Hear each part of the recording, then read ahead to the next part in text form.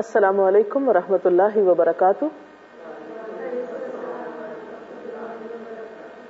نحمده ونصلي على رسوله الكريم اما بعد فاعوذ بالله من الشيطان الرجيم بسم الله الرحمن الرحيم رب اشرح لي صدري ويسر لي امري واحلل عقدة من لساني يفقهوا قولي. ہماری آج کی گفتگو کا موضوع ہے دینے سے مال کم نہیں ہوتا. اور یہ ایک بہت بڑی حقیقت ہے جسے نبی اکرم صلی اللہ علیہ وسلم نے قسم کھا کر بیان فرمایا کہ صدقہ دینے سے مال کم نہیں ہوتا. خود نبی صلی اللہ علیہ وسلم کا طرز عمل خصوصاً رمضان المبارک میں کچھ اس طرح بیان کیا گیا ہے. عن ابن عباس قال كان رسول الله صلى الله عليه وسلم اجود الناس بالخير وكان اجود ما يكون في رمضان حين يلقاه جبريل وكان جبريل يلقاه كل ليلة في رمضان حتى ينسلخ يعرض عليه النبي صلى الله عليه وسلم القرآن فإذا لقيه جبريل كان اجود بالخير من الريح المرسلة. متفق عليه. حضرت عبداللہ بن عباس رضی اللہ تعالی عنہ فرماتے ہیں کہ نبی صلی اللہ علیہ وسلم لوگوں کے ساتھ بھلائی کرنے میں بہت سخی تھے، لیکن رمضان میں جب حضرت جبریل علیہ السلام آپ سے ملتے تو آپ اور بھی زیادہ سخی ہو جاتے تھے. رمضان میں حضرت جبریل علیہ السلام ہر رات آپ سے ملاقات کرتے اور آپ صلی اللہ علیہ وسلم رمضان گزرنے تک یعنی آخر رمضان تک انہیں قرآن مجید سنایا کرتے تھے. جب جبریل علیہ السلام آپ سے ملتے تو آپ کی سخاوت تیز ہواؤں سے بھی زیادہ بڑھ جاتی. جب ہوا چلتی ہے تو ہر جگہ اس کا اثر کچھ نہ کچھ پہنچتا ہے، اور آپ جانتے ہیں کہ اگر ہوا تیز ہو اور آندھی کی شکل اختیار کر لے تو پھر اس کا اثر کونوں خدروں تک جا پہنچتا ہے، ہر چیز اس سے متاثر ہوتی ہے. گویا رمضان المبارک میں آپ صلی اللہ علیہ وسلم کی سخاوت سے معاشرے کا ہر طبقہ فائدہ اٹھایا کرتا تھا، اور اسی کی تلقین آپ صلی اللہ علیہ وسلم نے ہمیں بھی کی ہے. ہم سب کو بھی اس مہینے میں یہ دیکھنا چاہیے کہ ہم اپنے مال میں دوسروں کو کتنا شریک کرتے ہیں. مال دینے کا اور مال اللہ کے راستے میں خرچ کرنے کا فائدہ کیا ہے؟ قرآن پاک میں اللہ سبحانہ وتعالی فرماتے ہیں وَمَا تُنْفِقُوا مِنْ خَيْرٍ فَلِأَنفُسِكُمْ وَمَا تُنْفِقُونَ إِلَّا ابْتِغَاءَ وَجْهِ اللَّهِ. اور راہ خیر میں جو مال تم لوگ خرچ کرتے ہو وہ تمہارے اپنے ہی لیے بھلا ہے، یعنی تمہارے خرچ کرنے کا فائدہ تمہیں کو پہنچے گا. آخر تم اسی لیے تو خرچ کرتے ہو کہ اللہ کی رضا حاصل ہو.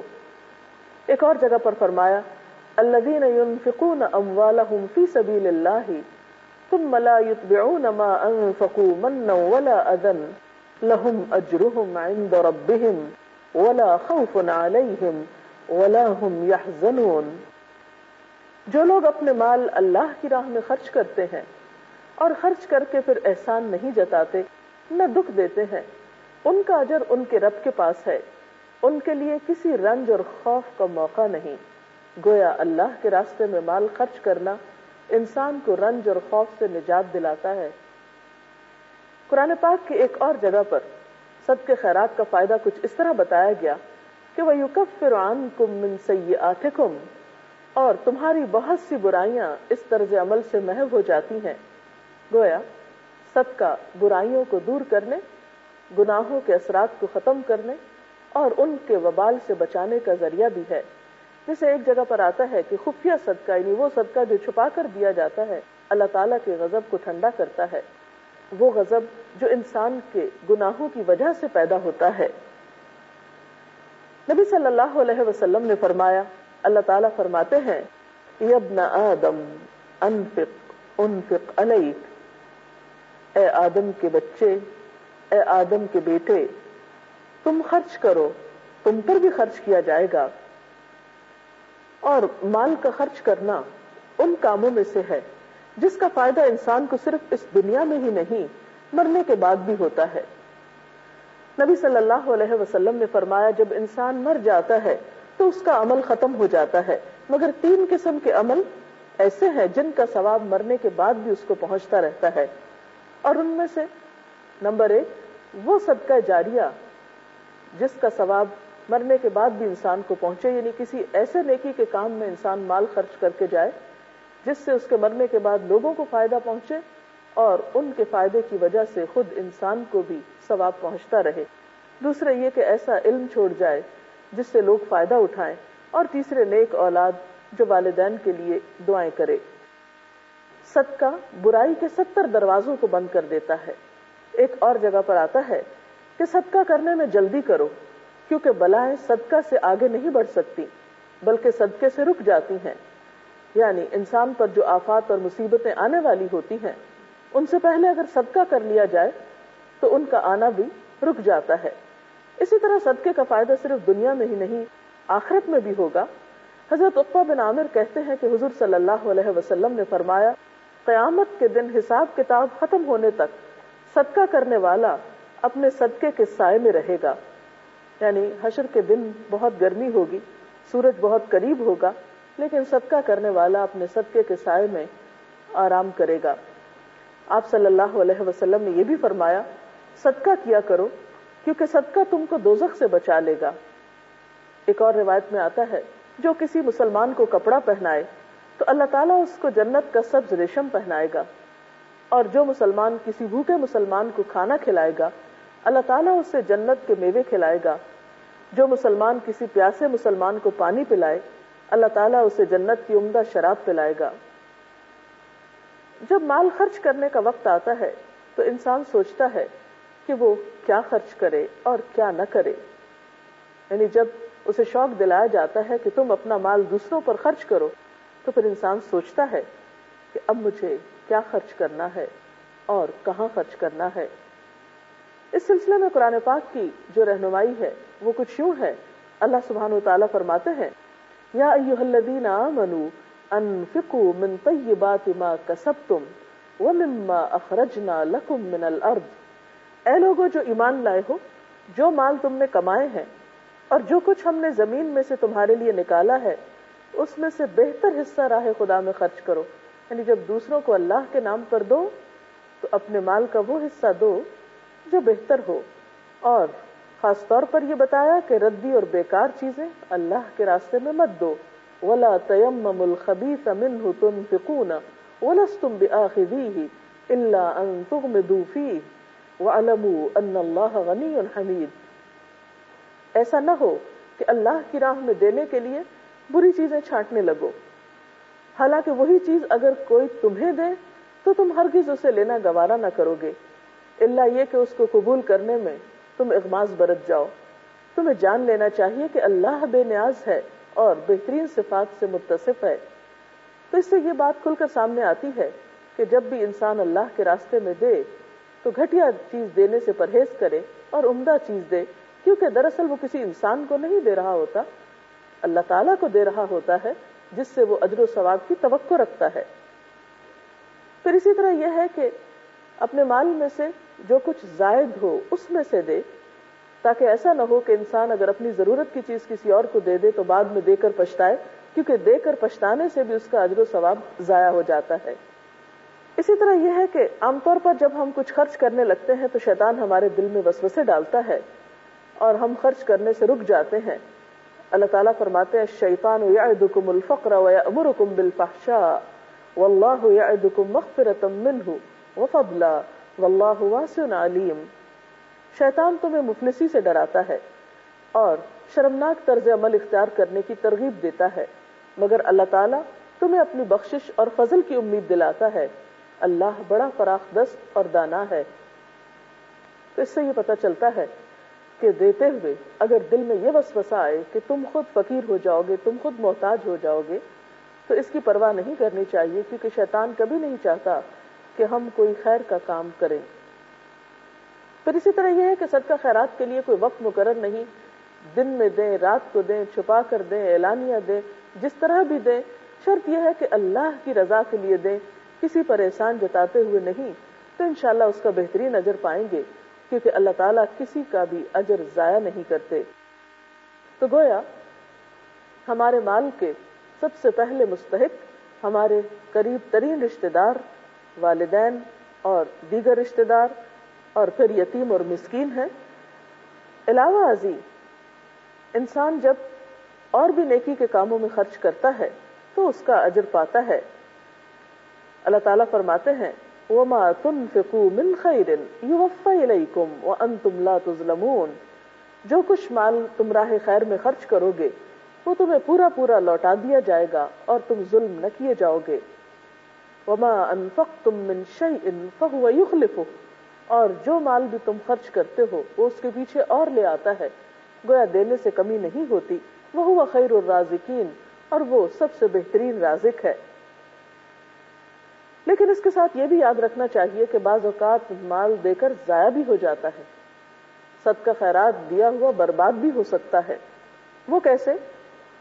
اللہ تعالیٰ فرماتے ہیں یا ایھا الذین آمنوا لا تبطلوا صدقاتکم بالمن والأذى کالذی ينفق مالہ رئاء الناس ولا یؤمن باللہ والیوم الآخر، اے ایمان والو اپنے صدقات کو احسان جتا کر اور دکھ دے کر اس شخص کی طرح خاک میں نہ ملاؤ جو اپنا مال محض لوگوں کو دکھانے کے لیے خرچ کرتا ہے اور نہ اللہ پہ ایمان رکھتا ہے اور نہ آخرت پر۔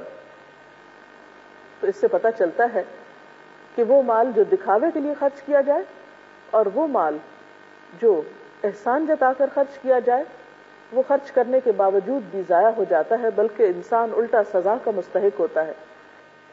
احسان جتانے والوں کے ساتھ تو اللہ تعالیٰ قیامت کے دن بات بھی نہیں کریں گے، ان کی طرف نظر اٹھا کر بھی نہیں دیکھیں گے اور ان کو پاک بھی نہیں کریں گے۔ اس لیے دے کر کسی پہ احسان جتانا اور اس کا دل دکھانا بدترین برائی ہے، اس سے پرہیز کرنا چاہیے۔ ایسی صورت میں انسان کسی کو دینے کی بجائے کوئی اچھی بات ہی کر دے اور دوسرے کو معاف کر دے تو وہ کہیں زیادہ بہتر ہے۔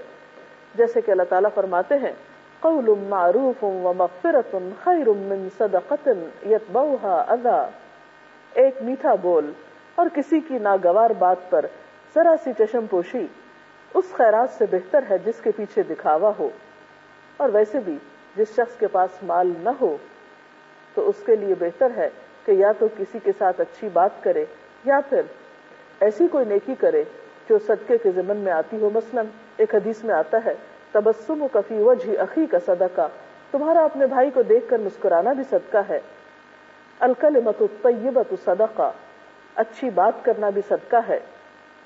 پھر اسی طرح لا تحتقرن من المعروف شیئا ولو ان تلقى اخاک بوجہ طلق، کسی بھی نیکی کو حقیر نہ جانو، خواہ اپنے بھائی سے کھلے چہرے سے ملنا ہی کیوں نہ ہو، یعنی کسی کے ساتھ اچھے اخلاق سے پیش آنا، یہ بھی ایک بہترین صدقہ ہے۔ حضرت ابو ذر رضی اللہ تعالی عنہ کہتے ہیں کہ نبی صلی اللہ علیہ وسلم نے فرمایا ہر مسلمان آدمی پر ہر دن صدقہ کرنا ضروری ہے۔ لوگوں نے کہا اے اللہ کے رسول صلی اللہ علیہ وسلم، ہمارے پاس اتنا مال کہاں کہ ہم روز صدقہ کریں؟ آپ نے فرمایا صدقہ کرنے اور ثواب حاصل کرنے کے بہت سے ذرائع ہیں، سبحان اللہ، الحمدللہ، اللہ اکبر اور لا الہ الا اللہ پڑھنا بھی صدقہ ہے۔ دوسروں کو نیکی کی تلقین کرنا، گناہوں سے روکنا، راستے سے کانٹے ہٹانا، کسی بہرے آدمی کو زور سے بول کر اپنی بات سنانا، نابینا انسان کی رہنمائی کرنا، یہ سب بھی ثواب کے کام ہیں۔